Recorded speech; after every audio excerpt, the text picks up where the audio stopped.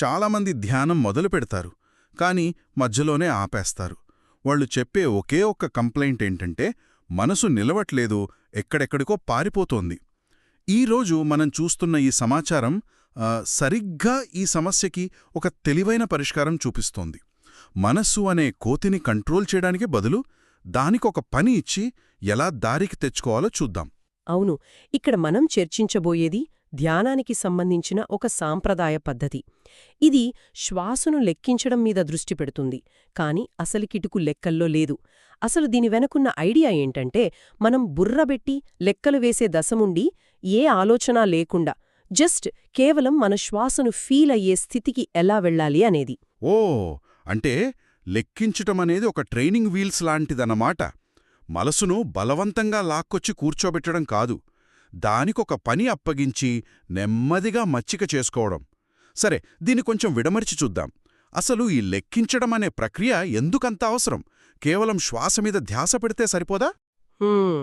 సరిపోదు. ఎందుకంటే మనసు స్వభావం అది కాదు. మనసును ఒక అల్లరి చేసే కోతితో పోలుస్తారు.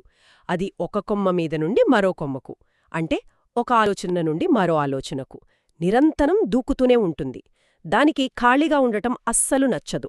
నిజమే. మీరు దాన్ని పట్టుకుని ఇక కదలకుండా శ్వాసను గమనించు అని చెప్తే అది ఒక్క క్షణం కూడా ఉండదు. రేపు చెయ్యాల్సిన పని, నిన్న జరిగిన గొడవ, భవిష్యత్తు గురించి ఆందోళన, ఇలా వేల కొద్ది కొమ్మలు వెతుక్కుని పారిపోతుంది. నిజమే. ప్రయత్నించిన ప్రతి ఒక్కరికీ ఇది అనుభవమే. మనస్తో కుస్తీ పట్టటం మొదలుపెడతాం. అయ్యో, మళ్ళీ ఆలోచనొచ్చిందే అని మనల్ని మనం తిట్టుకుంటాం. దానివల్ల ప్రశాంతత రావడం అట్టుంచి ఉన్న ప్రశాంతత కూడా పోతుంది. సరిగ్గా అక్కడే ఈ పద్ధతి ఉపయోగపడుతుంది. మనస్తో కుస్తీ పట్టే బదులు మనం దానికి ఒక పని ఇస్తున్నాం. శ్వాసను గమనించు అని చెప్పడంతో పాటు దాన్ని లెక్కపెట్టు అని రెండో పని కూడా అప్పగిస్తున్నాం. ఓకే. ఈ లెక్కలు పెట్టడం అనేది చాలా సింపుల్ పని, కాని దానికి కొంచెం ఏకాగ్రత అవసరం. దీనివల్ల ఆ కోతిలాంటి మనస్కి పట్టుకోవడానికి ఒక కొమ్మ దొరుకుతుంది. శ్వాసను గమనించటం, దాన్ని లెక్కించటం. ఈ రెండు పనులతో బిజీగా ఉంచడం అన్నమాట. అవును. దీనివల్ల మూడో కొమ్మ వైపు, అంటే పనికిరాని ఆలోచనల వైపు దూకడానికి దానికి సమయం, అవకాశం రెండూ తగ్గుతాయి. అంటే మనసు యొక్క శక్తిని మనం అణిచివేయట్లేదు, దాన్ని దారి మళ్లించి మనకు కావాల్సిన పలికి వాడుకుంటున్నాం అంతే. చాలా తెలివైన పద్ధతిది. శ్వాస అనే లంగర్ జారిపోకుండా ఉండటానికి అంకెలనే గొలుసును కూడా జత చేస్తున్నాం. కరెక్ట్. దీన్ని ఒక ఊతకర్రలా లేదా ఒక పరంజాలా భావించవచ్చు. మొదట్లో నడక నేర్చుకునేటప్పుడు ఊతకర్ర ఎలా అవసరమో, ఏకాగ్రతను నిర్మించేటప్పుడు ఈ లెక్కలు కూడా అంతే అవసరం. ఇది మనసుకి శిక్షణ ఇచ్చే తొలి దశ. సరే, ఈ ఊతకర్ర సహాయంతో మనసు కొంచెం నిలకడగా నిలబట్టం స్టార్ట్ చేసింది అనుకుందాం. అప్పుడేం జరుగుతుంది? ఇక్కడే అసలు ఇంట్రెస్టింగ్ పార్ట్ మొదలవుతోందని మన సమాచారం చెబుతోంది. ఏకాగ్రత పెరిగే కొద్దీ మన శరీరంలో కూడా కొన్ని స్పష్టమైన మార్పులు కనిపిస్తాయట. అవును, ఇవి చాలా ముఖ్యమైన సంకేతాలు. మన ధ్యానం సరైన మార్గంలో వెళ్తోందా లేదా అని చెప్పే కొలమానాల్లాంటివి. మనసు ప్రశాంతంగా మారినప్పుడు మన నాడీ వ్యవస్థ కూడా ప్రశాంతపడుతుంది. దీనివల్ల మన శ్వాసలో చాలా స్పష్టమైన, గమనించదగ్గ మార్పులొస్తాయి. ఈ మార్పులను గమనించడం కూడా సాధనలో ఒక భాగమే. అవేంపో కొంచెం వివరంగా చూద్దాం. మొదటి మార్పు శ్వాస నెమ్మదించడం అంటున్నారు. ఇది చాలామంది ఊహించగలిగేదే. కోపంగా ఉన్నప్పుడు వేగంగా, ప్రశాంతంగా ఉన్నప్పుడు నెమ్మదిగా శ్వాస తీసుకుంటాం. కరెక్ట్. కాని ఇక్కడ జరిగేది ఇంకా లోతైనది. మనసు ఏకాగ్రత సాధించే కొద్దీ శ్వాస వేగం తగ్గడమే కాదు, అది మరింత లోతుగా, నిలకడగా మారుతుంది. హడాహుడిగా పైపైన తీసుకునే ఛాతీ శ్వాస కాకుండా ప్రశాంతమైన, పొట్టవరకు వెళ్లే దీర్ఘమైన శ్వాస మొదలవుతుంది. ప్రతి శ్వాసకు మధ్య విరామం కూడా పెరుగుతుంది. అదొక అలజడిలేని సముద్రంలా మారుతుంది. ఓకే, ఇది మొదటి మార్పు. కాని దీని తర్వాత జరిగే మార్పు వినడానికి చాలా ఆశ్చర్యంగా, కొంచెం విచిత్రంగా కూడా ఉంది. శ్వాస తేలికపడటం లేదా సూక్ష్మంగా మారడం అంటే ఏంటి? ఇది చాలా ఆసక్తికరమైన దశ. ఏకాగ్రత మరింత పెరిగే కొద్దీ శ్వాస చాలా సూక్ష్మంగా, దాదాపుగా గమనించలేనంత తేలికగా అయిపోతుంది. మనం శ్వాస తీసుకోవడానికి పెద్దగా ప్రయత్నం చెయ్యక్కర్లేకుండా అదే జరిగిపోతున్నట్లు అనిపిస్తుంది. ముక్కులో గాలి రాపిడి కూడా దాదాపుగా తెలియదు. మన దగ్గరున్న సమాచారంలో దీన్ని ఒక సన్నని గాలి ధారంలాని వర్ణించారు. అంత సున్నితంగా, మృదువుగా మారుతుంది. ఒక్క నిమిషం, ఇది వింటుంటే కొందరికి భయం వేయొచ్చు. శ్వాస ఆగిపోతుందా లేదా నాకు సరిగ్గా శ్వాస అందట్లేదా అని ఆందోళన మొదలవ్వచ్చు. నిజంగా అలా అనిపిస్తుందా లేక అదొక ప్రశాంతమైన అనుభూత? చాలా మంచి ప్రశ్న అడిగారు. మొదట్లో అలా అనిపించే అవకాశం ఉంది, కానీ అది భయపడాల్సిన విషయం కాదు. శరీరం అత్యంత విశ్రాంతి స్థితిలో ఉన్నప్పుడు దానికి చాలా తక్కువ ఆక్సిజన్ అవసరమవుతుంది. అందుకే శ్వాస అంత సూక్ష్మంగా మారుతుంది. ఇది గాఢమైన ప్రశాంతతకు, ఏకాగ్రతకు గుర్తు. ఆహా, ఆందోళన చెందకుండా ఆ సూక్ష్మమైన శ్వాసను కూడా గమనించగలిగితే మనం సాధనలో మరో మెట్టు ఎక్కినట్లే. అర్థమైంది. అంటే అది ప్రమాద సంకేతం కాదు, ప్రగతికి సంకేతం. ఇక మూడవ మార్పు, లోపలికి పీల్చే శ్వాసకి బయటకు వదిలే శ్వాసకి మధ్య తేడా మాయమవడం. ఇదిలా సాధ్యం? సాధారణంగా మనం పీల్చడానికి, వదలడానికి మధ్య ఒక చిన్న ఆపు ఉంటుంది. ఒక స్పష్టమైన విభజన రేఖ ఉంటుంది. కాని గాఢమైన ఏకాగ్రతలో ఆ సరిహద్దు చెరిగిపోతుంది. లోపలికి వెళ్తున్న శ్వాస నెమ్మదిగా బయటి శ్వాసగా మారుతుంది, బయటి శ్వాస నెమ్మదిగా లోపలి శ్వాసగా మారుతుంది. అదొక నిరంతర ప్రవాహంలా, సముద్రపు అలా ఒడ్డుకు వచ్చి మళ్లీ వెనక్కి వెళ్ళినట్లు ఎక్కడా ఆటంకం లేకుండా సాగుతుంది. రెండూ ఒకదానిలో ఒకటి కలిసిపోయి ఒకే శ్వాసచక్రంగా అనిపిస్తాయి. వావ్! ఈ శారీరక మార్పులు మన మానసిక స్థితికి అద్దం పడతాయన్నమాట. సరే, మనసు ఇలా మారే కొద్దీ మనం పట్టుకున్న ఊతకర్ర అంటే మన లెక్కించే విధానాన్ని కూడా మార్చుకోవాలని ఈ సమాచారం సూచిస్తోంది. ఇది ఒకే పద్ధతిని గుడ్డిగా ఫాలో అవడం కాదు, మన ప్రస్తుత మానసిక స్థితికి అనుగుణంగా అడ్జస్ట్ చేసుకోవడం. దీన్ని దశలవారీగా ఎలా చేయాలో చూద్దాం.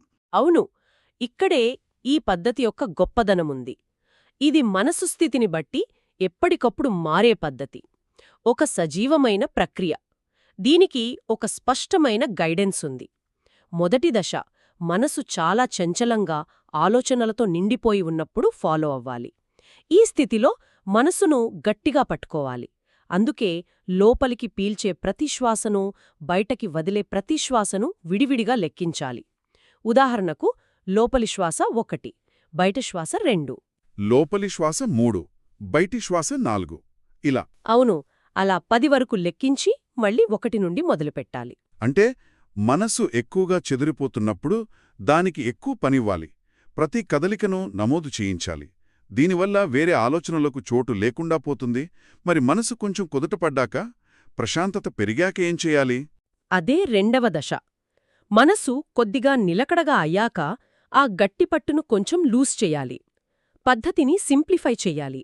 అప్పుడు ఒక పూర్తి శ్వాసచక్రాన్ని, అంటే పీల్చడం మరియు వదలడం రెండింటినీ కలిపి 1గా లెక్కించాలి. ఇలా 5 వరకు లెక్కించి మళ్ళీ 1 నుండి ప్రారంభించాలి. 1 పీల్చి వదలాలి, 2 పీల్చి వదలాలి, ఇలా. ఇది ఆసక్తికరంగా ఉంది. మొదటి దశలో 10 వరకు, ఇక్కడ 5 వరకే ఎందుకు? బహుశా మనం లెక్కలో మరీ ఎక్కువగా మునిగిపోయి అసలు లక్ష్యమైన శ్వాసను మర్చిపోకుండా ఉండటానికేమో. ఖచ్చితంగా అదే కారణం.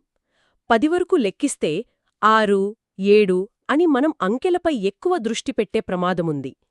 5 అనేది చాలా చిన్న సంఖ్య. లెక్క పూర్తి కాగానే మనస్సు వెంటనే తిరిగి శ్వాసపైకి వస్తుంది. ఇక్కడ అంకెలు కేవలం ఒక సహాయకం మాత్రమే, అవే ప్రధానం కారాదు అనే విషయాన్ని ఇది గుర్తుచేస్తుంది. ఒకవేళ మధ్యలో లెక్క మర్చిపోతే? ఏమాత్రం కంగారుపడకుండా మళ్లీ ప్రశాంతంగా 1 నుండి మొదలుపెట్టాలి. లాంటివి మొదలైనప్పుడు ఏం చేయాలి? అప్పుడు మనం పట్టుకున్న ఊతకర్రను పూర్తిగా వదిలేయాలి. అంకెలనే పూర్తిగా పక్కన పెట్టేయాలి.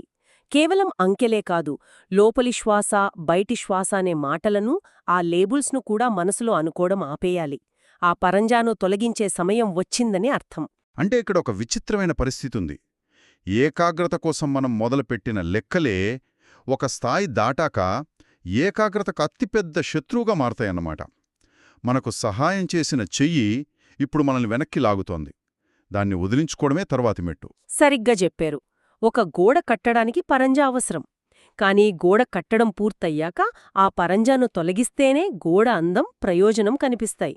దాన్ని అలాగే ఉంచితే అది అడ్డంగా మారుతుంది. ఇక్కడ కూడా అంతే. సరే, మనం లెక్కలు వదిలేయాలి, భావనలు మర్చిపోవాలి అంటున్నాం. ఇదంతా చేసి చివరికి మనం ఎక్కడికి చేరుకోవాలనుకుంటున్నాం? ఈ ప్రయాణం యొక్క అసలు గమ్యమేంటి? ఈ వ్యూహం యొక్క చివరి లక్ష్యం శ్వాస అనే భావన నుండి శ్వాస యొక్క అనుభూతిలోకి పూర్తిగా జారిపోవడం. ఇది చాలా సూక్ష్మమైన కాని అత్యంత కీలకమైన మార్పు. చాలామంది ఈ తేడాను గుర్తించలేక మధ్యలోనే ఆగిపోతారు. భావన, అనుభూతి ఈ రెండింటి మధ్య తేడాను కొంచెం విడమర్చి చెప్తారా? ఉదాహరణకు, ఇది నా లోపలి శ్వాస, ఇది ఒకటి అని మనసులో మాటలతో అనుకోవడం భావన అవుతుందా? అవును, ఖచ్చితంగా. అది భావన, కాన్సెప్ట్. అంటే మనం మన అనుభవాన్ని మాటల్లోకి, ఆలోచనల్లోకి అనువదిస్తున్నాం. నేను శ్వాస తీసుకుంటున్నాను అన్నప్పుడు అక్కడ నేను అనే ఒక వ్యక్తి ఉన్నాడు, శ్వాస అనే ఒక వస్తువు ఉంది, తీసుకోవడం అనే ఒక క్రియ ఉంది. ఇదంతా ఒక మానసిక విశ్లేషణ. అలా కాకుండా కేవలం గాలి ముక్కు లోపలికి వెళ్తున్నప్పుడు ఆ చర్మం మీద కలిగే స్పర్శ, దాని వెచ్చదనం లేదా చల్లదనం, ఎటువంటి మాటలు, లేబల్స్, విశ్లేషణలు లేకుండా ఆ స్వచ్ఛమైన కదలికను ఉన్నది ఉన్నట్లుగా అనుభవించడమే అనుభూతి, ప్యూర్ ఎక్స్పీరియన్స్. అంటే క్రికెట్ మ్యాచ్ గురించి కామెంటరీ వినడం భావన అయితే, మైదానంలోకి దిగి ఆడడం అనుభూతిలాంటిదా? అద్భుతమైన పోలిక. ఆ అనుభూతి స్థితిలో నేను గమనిస్తున్నాను అనే వ్యక్తి కూడా దాదాపుగా కరిగిపోతాడు. గమనిక, గమనించేవాడు ఒక్కటయ్యే స్థితి అది. శ్వాస మాత్రమే మిగులుతోంది. మన సమాచారంలో ఒక కీలకమైన వాక్యం ఉంది. ఎప్పుడైతే లెక్కించడం ఒక ఇబ్బందిగా లేదా అనవసరమైన శ్రమగా అనిపించడం మొదలవుతుందో అప్పుడది దాని పనిని విజయవంతంగా పూర్తి చేసిందని అర్థం. ఇది వినడానికి కొంచెం తికమకగా ఉంది. ఒక సాధన ఇబ్బందిగా అనిపిస్తే అది విజయవంతమైనట్టా? ఇక్కడ ఇబ్బంది అంటే మనం విఫలమయ్యామని కాదు. మనసు ఇప్పుడు అత్యంత ప్రశాంతంగా, నిశ్శబ్దంగా, సున్నితంగా ఉంది. ఒక నిశ్శబ్దమైన గదిలో గడియారం టిక్ టిక్ శబ్దం కూడా పెద్ద గోలలా వినిపిస్తుంది కదా. అవును. అలాగే అంత ప్రశాంతమైన మనసులో 1, 2 అని లెక్కించడమనేది ఒక పెద్ద శబ్దంలా, ఒక అనవసరమైన గందరగోళంలా అనిపిస్తోంది. ఆ లెక్కలు మనసు యొక్క సహజమైన ప్రశాంతతను భంగపరుస్తున్నాయని మనకే తెలుస్తోంది. ఆహా, ఇప్పుడు స్పష్టంగా అర్థమైంది. అంటే మనసు అంత సున్నితంగా మారినప్పుడు ఈ మొరట సాధనం మీకు అవసరం లేదని మనకే ఒక ఇంటర్నల్ సిగ్నల్ వస్తుంది. ఆ పరంజాను తొలగించే సమయం వచ్చిందని అదే మనకుచ్చే సూచన. ఆ సమయంలో మనం సంఖ్యలను, భావనలను వదిలేసి ఆ స్వచ్ఛమైన అనుభూతి ప్రవాహంలోకి ప్రవేశించాలి. ఖచ్చితంగా. ఆ ప్రవాహంలోనే లోపలి శ్వాస బయటి శ్వాసలో కలిసిపోతుంది. ఒక శ్వాస మరో శ్వాసలో కలిసిపోతుంది. అదొక అంతంలేని, స్వచ్ఛమైన, మృదువైన అనుభవం. అదే ఈ పద్ధతి యొక్క అంతిమ లక్ష్యం. కాబట్టి మనం ఈరోజు చర్చించుకున్న దాని ప్రకారం శ్వాసను లెక్కించడమనేది ఒక గమ్యం కాదు, గమ్యాన్ని చేరేందుకు ఒక మార్గం మాత్రమే. చంచలమైన మనస్సును నిలకడగా చేసి భావనల స్థాయి నుండి స్వచ్ఛమైన అనుభూతిలోకి తీసుకెళ్లే ఒక అద్భుతమైన ఉపాయం. అవును. ఇక్కడ మనం గుర్తించాల్సిందేమిటంటే ఇదొక సజీవ ప్రక్రియ. ఇది స్థిరమైన నియమం కాదు.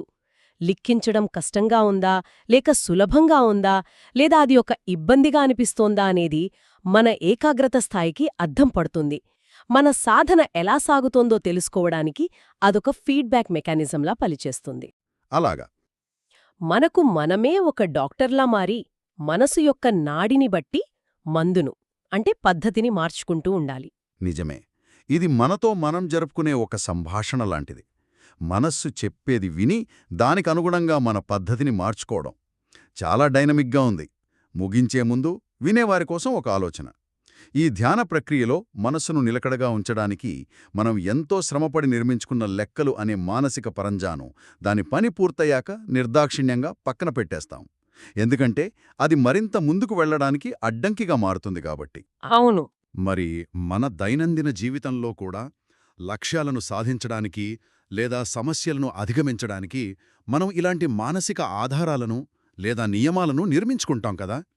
ఉదాహరణకు, ఒక కొత్త నైపుణ్యం నేర్చుకునేటప్పుడు కొన్ని కఠినమైన నియమాలు పెట్టుకుంటాం. ఒక కష్టమైన ప్రాజెక్ట్ పూర్తి చేయడానికి ఒక ఖచ్చితమైన ప్రణాళిక వేసుకుంటాం.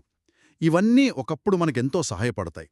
కానీ వాటి అవసరం తీరిపోయిన చాలా కాలం తర్వాత కూడా మనం అవే నియమాలను, అవే పద్ధతులను గుడ్డిగా పట్టుకుని వేలాడుతున్నామేమో ఒక్కసారి ఆలోచించాలి. ఒకప్పుడు మనకు ఎగరడానికి సహాయపడిన ఆ రెక్కలే ఇప్పుడు మనకు బంధనాలుగా మారాయేమో. ఏ పరంజా అయితే మన ఎదుగుదలకు ఇప్పుడు అడ్డుగోడగా మారిందో గుర్తించి దానిని వదిలించుకోవడానికి మనం సిద్ధంగా ఉన్నాం.